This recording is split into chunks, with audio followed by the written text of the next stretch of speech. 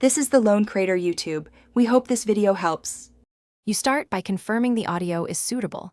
One melodic line, minimal bleed, and decent sample rate. Once done, open New Tone in FL Studio and drag the audio file straight into it. Do not use the channel sampler.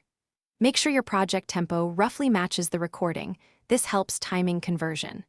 You want clear pitch blobs to analyze, so trim silence and normalize levels before analysis. This first step gets FL's pitch engine clean data to work from, which matters for accuracy.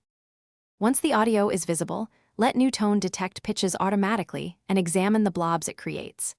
If a note is split or merged, drag boundaries to match the actual notes. Merge tiny artifacts and split long slides.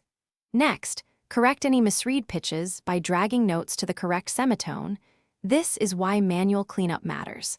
Then apply timing quantize to a suitable grid like 1/4 or 1/8 to tighten rhythm. Make sure to preview while adjusting, so pitch and timing stay musical.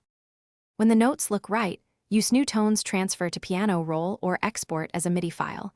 Choose a target channel or save file for other DAWs. Once in the piano roll, assign a synth, then refine velocities and note lengths so the MIDI plays naturally. If you need further expression, add CC automation or legato adjustments.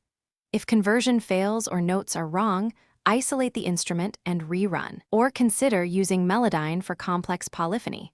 Typically, better source isolation. Thanks for watching. Consider subscribing if we helped you.